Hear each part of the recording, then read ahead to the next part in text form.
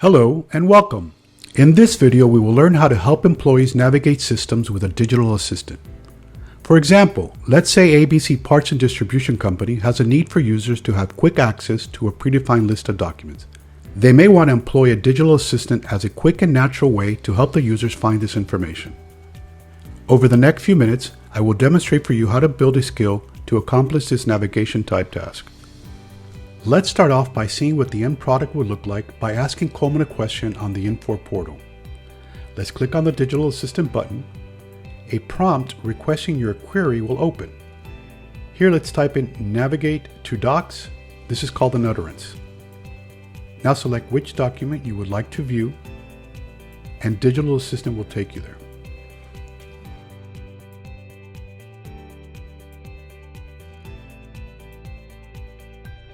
Great. Now let's go see how this is done. From the Infor portal home screen, let's select Digital Assistant. I've prepared a skill called Navigation Demo. Let's take a deep dive into it by clicking on the pencil icon, which is how we edit a skill. The edit screen opens to the basic information section. Skill ID is where we gave it the name Navigate to Docs. For purposes of this demonstration, I named it the same as Skill ID. For description, we want to give it something that will easily give the user information on what the skill is for. Then of course the language we will be using. A fulfillment can begin by calling an API endpoint to do some work or retrieve some data. But in our example, we don't need such power. We'll leave it at basic. Requirements are going to be generally the keywords or search terms that Coleman is going to need for the user to provide. For this skill, we created a dynamic requirement, which is going to ask which documentation we want Coleman to provide. We did that by clicking Add Requirements.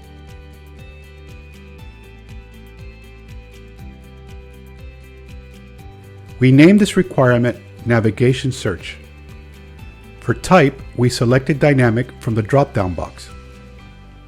The prompt is a question Coleman will ask for each requirement. The user's answer will populate the requirement variable. For this skill, Digital Assistant will only ask one question. Which Coleman documentation would you like to visit? Let's look at how we define these dynamic requirements by clicking on the cog and selecting Edit Dynamic. In the title, we have defined the three different documents. They are all within one set of brackets. Each document is within quotes, and they are all separated from each other with a comma. The numbers 1, 2, and 3 in the value field are an index that correspond to the documents listed above in that order. There is no difference if the values would have been A, B, or C, as long as we update the response condition. This will be made clearer in a future step. Utterances are the example phrases we envision end users saying when they want to begin this skill. Be sure to provide a few variations. Here we've created 3 different utterances. Let's begin by looking at the first response we created. We assign navigation search.value to variable, since we have values defined in the previous step. Remember a few minutes ago when we were in the requirement fulfillment section and talked about the values 1, 2, 3? Now is when we're going to assign the value to the proper response. We selected operator equals to. The first one is user guide, and its value is 1, just like the value we gave it in Dynamics. Let's go back and take a quick look.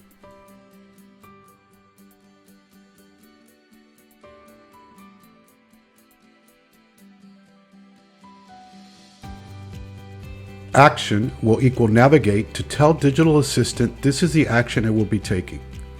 In URL, we will provide the value for the document. Finally, I want the response to open in a different tab. The final screen gives us a summary of what we've defined before. You can also click on Flow View to outline each process we've reviewed throughout the skill conversation.